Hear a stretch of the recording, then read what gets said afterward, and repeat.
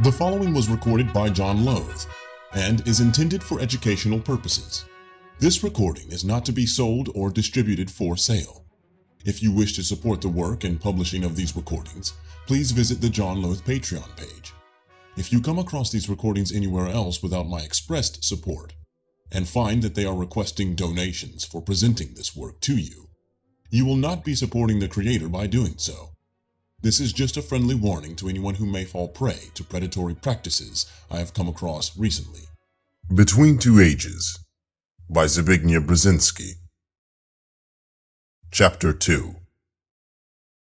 The Age of Volatile Belief. The age of volatile belief is intimately linked with the impact of the technotronic revolution on existing ideologies and outlooks on life. What man thinks is closely related to what man experiences. The relationship between the two is not casual but interacting. Experience affects thought, and thought conditions the interpretation of experience.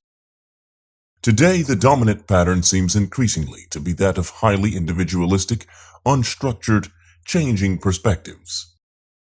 Institutionalized beliefs, the result of the merger of ideas and institutions, no longer appear to many as vital and relevant, while the skepticism that has contributed so heavily to the undermining of institutionalized beliefs now clashes with the new emphasis on passion and involvement. The result for many is an era of fads, of rapidly shifting beliefs, with emotions providing for some the unifying cement previously supplied by institutions, and with the faded revolutionary slogans of the past providing the needed inspiration for facing an altogether different future. Several broad phases can be discerned in the information of the collective human consciousness that conditions our response to reality and provides the framework for intellectually structuring that reality. The great religions of recorded history were crucial in establishing a perspective that linked man's individual preoccupation with his inner life to a universal God, who was the source of a standard of behavior binding upon all. Reality was God-given, and the line between the finite and the infinite was blurred. The ideological phase associated with industrialization and the spread of literacy involved a much higher propensity toward social activism and emphasized more immediate goals, as defined either in terms of the nation or some other collective good, the external condition of man being the primary focus. Activism called for a more explicit definition of our reality, and systematic, even dogmatic intellectual frameworks were meant to meet that need. In our time, the established ideologies are coming under attack because their institutionalized character, which was once useful in mobilizing the relatively uneducated masses, has become an impediment to intellectual adaptation, while their concern with the external qualities of life is increasingly felt to ignore the inner, more spiritual dimension. Commitment to individual action, based on moral indignation and stimulated by a much higher level of general education, has become a substitute for highly organized activity, though it avoids the passivity and indifference to external reality that was characteristic of the pre-ideological age. Compelling ideologies thus are giving way to compulsive ideas, but without the eschatology that characterized other historic eras. Yet there is still a felt need for a synthesis that can define the meaning and the historical thrust of our times. In that search, the dominating passion is equality, among men within institutions, within societies, among races, and among nations. Equality motivates both the rebels in the universities, in the West, and in the East, and the new nations in their struggle against the better established and richer ones. This emphasis, as well as the fear of personal obsolescence, causes concern in many that the new post-industrial age will require even greater differentiation in skills, competence, and intellectual preparation, thereby widening the disparities within the human condition at a time of ever-intensifying global interaction. Chapter 2, Part 1. The Quest for a Universal Vision. Quote, "Man came silently into the world." Closed quote. But though his coming is shrouded in mystery, in the sense that we still know little about the actual beginnings of human existence, from earliest known human history, man has given evidence of an intense yearning to understand himself and his environment. However crudely and primitively, man has always sought to crystallize some organizing principle that would, by creating order out of chaos, relate him to the universe and help define his place in it.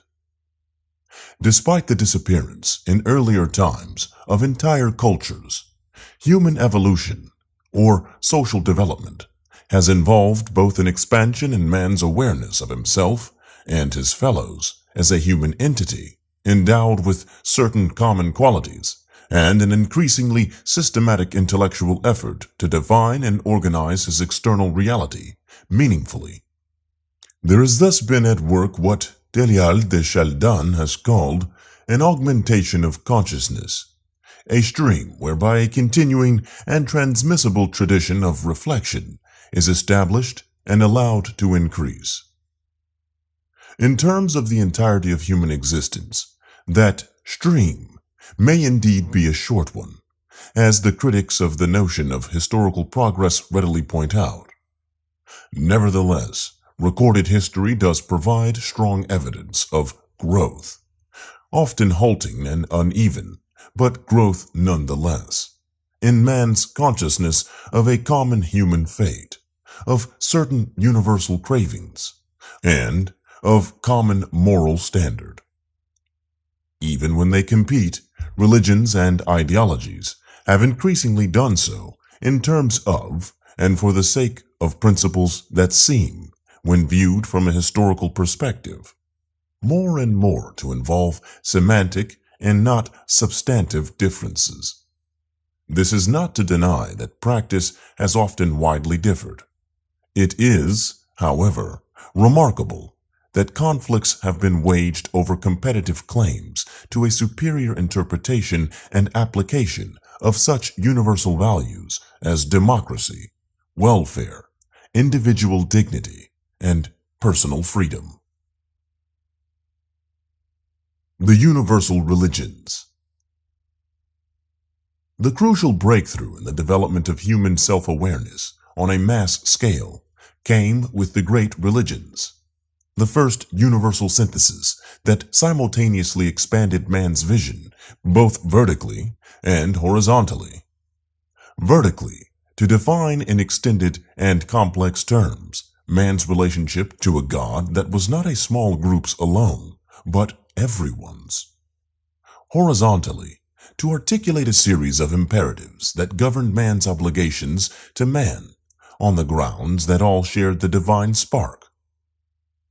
Universalism thus emerged as a state of mind, even at a time when man was still provincial and isolated in mutually exclusive social, cultural compartments.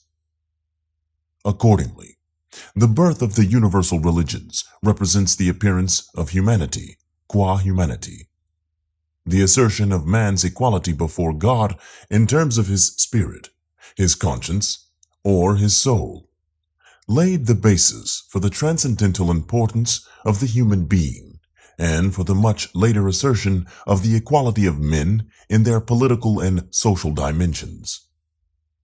In that sense, proselytizing Christianity, which universalized the more limited Greek and Judaic tradition, was a particularly revolutionary force and was viewed as such by established authority, in spite of the distinction it made between equality before God and obedience to Caesar on Caesar's terms. If human history can be said to involve both a struggle and an evolution toward the progressive liberation of man, then the attainment of equality before the supernatural was the first major step on that road.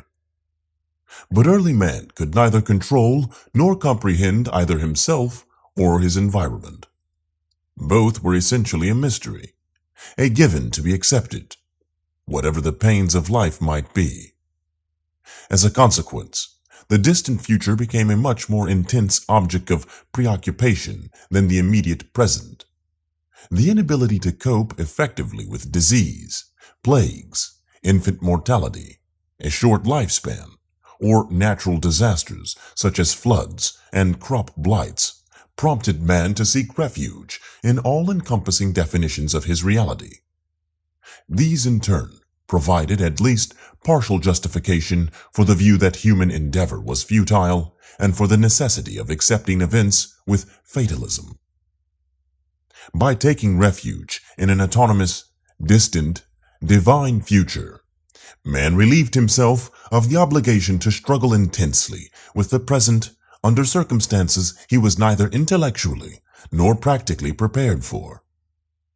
Even the notion of free will, a central component of the most activist of the great religions, Christianity, basically involved an inner act of conscience necessary for the state of grace, rather than a point of departure for morally motivated external action. No stress was placed on the struggle to improve external conditions, because the unstated assumption was that they could not be fundamentally improved. The emphasis was on the inner man. By riveting his attention on the universal and the divine future, man could master the present by simply ignoring it. Minimum social action was matched by maximum commitment to the supernatural. To meet the central need of their time, mainly to provide man with a firm mooring in a world which could not be comprehended, and to assert firm control over man's spirit, religious beliefs, crystallized into dogmas and were organized into institutions. They were more individually demanding than religion. The higher was the degree of institutionalization. This has prompted the analogies made by a number of scholars between Islam and Christianity on the one hand, and communism on the other. With the institutionalization came more activism, the Crusades and the Holy Wars of Islam, and the exercise of muscle by religious organizations on the environment. Power was asserted, however, to extend the conquest of the spirit, not to effect social change. The institutionalization of belief thus combined two functions. It was the zealot's self-defense mechanism against a non-believing environment, and it was a tool for sustained proselytization, one designed not only to win over adherents, but to overcome the inertial resistance of the masses, who were largely indifferent to spiritual requirements.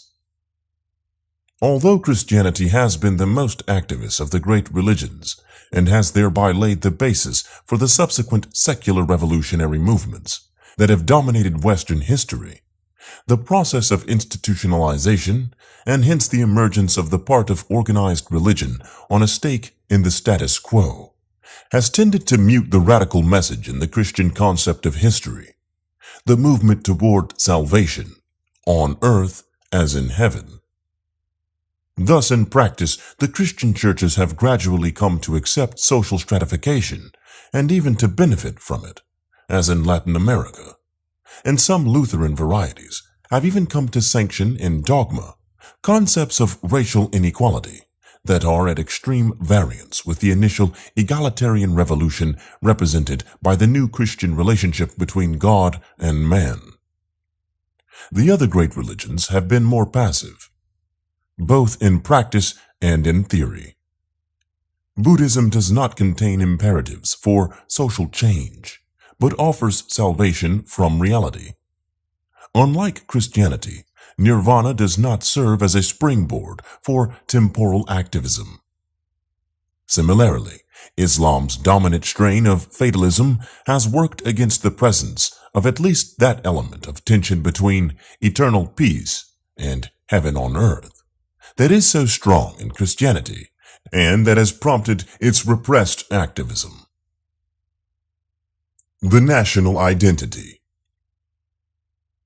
With the growth in the West of man's ability to master his environment, secular rationalism, accompanied by a greater awareness of social complexity, as well as by a breakdown in the existing structure of religious allegiance, emerged to challenge institutionalized religion. That religious allegiance simultaneously rested on the narrowness and on the universalism of man's horizons. The narrowness derived from massive ignorance, illiteracy, and a vision confined to the immediate environment by limited communications. The universalism was provided by the acceptance of the idea that man's destiny is essentially in God's hands, and that the limited present is but a stepping stone to an ultimate future. Emerging secularism challenged both dimensions, and in so doing, required for the external projection of man's identity an intermediary focus of loyalty, something between the immediate and the infinite. The nation-state and nationalism were the responses. The doctrine of sovereignty created the institutional basis for challenging the secular authority of established religion, and this challenge in turn paved the way for the emergence of the abstract conception of the nation-state. Sovereignty vested in the people, instead of sovereignty vested in the king, was the consummation of the process which, in the 2 centuries preceding the French and American revolutions, radically altered the structure of authority in the West, and prepared the ground for a new dominant concept of reality. The nation-state became simultaneously the embodiment of personal commitments and the point of departure for analyzing reality. This development marked a new phase in man's political consciousness. Nationalism did not seek to direct the individual toward the infinite, but to activate the impersonal masses for the sake of immediately proximate goals. Paradoxically, these concrete goals were derived from the still intangible and transcendental, though new, object of worship, the nation. The nation became the source of ecstatic lyrical affection, and it was this highly emotional relationship, symbolized by the new anthems, La Marseillaise, flags and heroes, that served to energize the populace. The concrete goals took the form of massive preoccupation with frontiers, irredenta, brethren to be regained from foreign captivity, and more generally, the power and the glory of the state as the formal expression of the nation. The state thus became the institutional form for the new dominant belief, with a monopolistic claim on the active dedication to it of man, now designated first and above all as the citizen. The designation, man the citizen, symbolically marks another milestone in the evolution of man as a social being. Equality before God was now matched by equality before the law. Spiritual egalitarianism was now reinforced by legal egalitarianism. It is of note that legal equality was asserted both by the American Revolution, which supplemented its stress on equality, before the law, with a strong attachment to religious values. Indeed, it derived the former from the latter, and by the French Revolution, which constructed its pantheon of human equality by explicitly rejecting the religious tradition. In both cases, the legal equality of the citizen was postulated as a universal principle, and thus it marked another giant step in the progressive redefinition of man's nature and place in our world. With nationalism, the distinction between the inner contemplative man, concerned with his relationship to God, and the external man, concerned with shaping his environment, became blurred. Nationalism, as an ideology, was more activist. Man's relations to man were objectivized externally by legal norms and were not dependent, as was man's religion to God, on personal conscience. Yet, at the same time, the definition of man as a national was based largely on abstract, historically determined, and highly emotional criteria. This outlook involved considerable vagueness and even irrationality when used as a conceptual framework, within which relations between nations and developments within nations might be understood. Nationalism only partially increased men's self-awareness. It mobilized them actively, but failed to challenge their critical faculties. It was more a mass vehicle for human passion and fantasizing than a conceptual framework that made it possible to dissect and then deliberately reassemble our reality. Ideological universalism. That is why Marxism represents a further vital and creative stage in the maturing of man's universal vision. Marxism is simultaneously a victory of the external, active man over the inner, passive man, and a victory of reason over belief. It stresses man's capacity to shape his material destiny, finite and defined as man's only reality, and it postulates the absolute capacity of man to truly understand his reality as a point of departure for his active endeavors to shape it. To a greater extent than any previous mode of political thinking, Marxism puts a premium on the systematic and rigorous examination of material reality, and on guides to action derived from that examination. Though it may be argued that this intellectually rigorous method was eventually subverted by its strong component of dogmatic belief, Marxism did expand popular self-awareness by awakening the masses to an intense preoccupation with social equality, and by providing them with both a historical and a moral justification for insisting upon it. More than that, Marxism represented in its time the most advanced and systematic method for analyzing the dynamic of social development, for categorizing it, and for extrapolating from it certain principles concerning social behavior. It did so in a manner that lent itself to translation into highly simplified principles that provided even the relatively uneducated with the feelings that their understanding of phenomena had been basically sharpened, and that their resentments, frustrations, and vague aspirations could be channeled into historically meaningful actions. Because of this, Marxism appealed simultaneously to man's ethical, rational, and Promethean instincts. The ethical component, sustained by man's emotions, drew on the Judeo-Christian heritage. The rational responded to man's increased desire to comprehend the dynamic of his material environment more systematically, and the Promethean stood for man's faith in his power, for the notion that history is made by the people and that nothing can hinder their advance to perfection. In this sense, Marxism has served as a mechanism of human progress, even if its practice has often fallen short of its ideals. Teilhard de Chardin notes at one point that, monstrous as it is,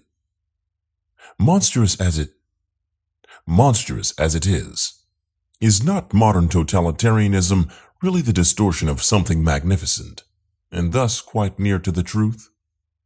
Elsewhere, he observes that all the peoples, to remain human or to become more so, are inexorably led to formulate the hopes and problems of the modern earth in the very same terms in which the West has formulated them. What he does not say is that for many outside the immediate influence of the West and its Christian tradition, it has been Marxism that has served to stir the mind and to mobilize human energies purposefully. Moreover, Marxism has decisively contributed to the political institutionalization and systematization of the deliberate effort to define the nature of our era and of man's relationship to history at any given stage in that history. Emphasis on this question has compelled reflection on the relative importance of different forces of change, the weighing of alternative historical interpretations, and at least the attempt at tentative judgment. Moreover, it has provoked a series of subordinate questions, all helpful in forcing recognition of change and in compelling adjustments to it. Within the given era, what particular phases can be deciphered? Is any given phase of one international tension, of greater stability, of shifting locale, of conflict, of a new set of alliances. Who are our present principal foes, subjectively and objectively? Who are now our allies? What are the sources of principal, secondary, and tertiary dangers? Periodic, formal, purposeful examination of such questions compels systematic probing of the international scene. This is not to say that contemporary communists have always been successful in accurately perceiving the meaning of new international phenomena. Indeed, their conviction that their analytical tools provide a faultless guide to the inner meaning of things has often led them astray.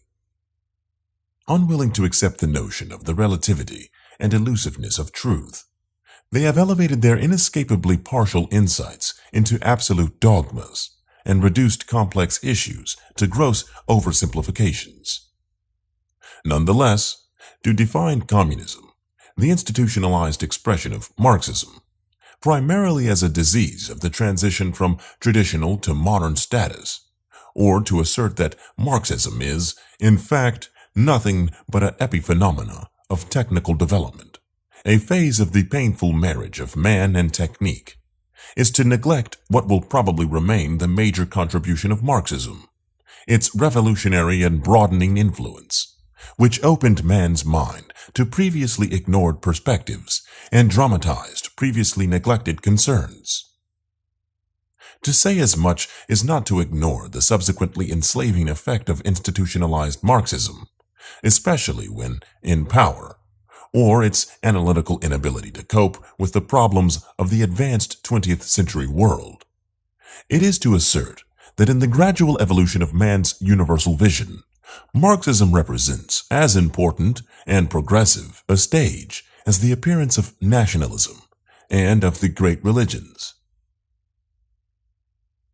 In all three cases, religion, nationalism, and Marxism, the breakthrough had many antecedents and did not suddenly come about as the result of an entirely autonomous act of creative genius.